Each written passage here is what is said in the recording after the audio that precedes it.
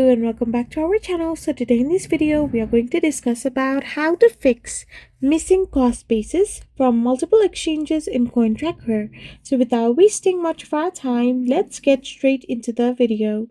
So if you want to fix multiple missing cost basis from multiple exchanges in CoinTracker, all you can do is simply go and tap open your CoinTracker first of all.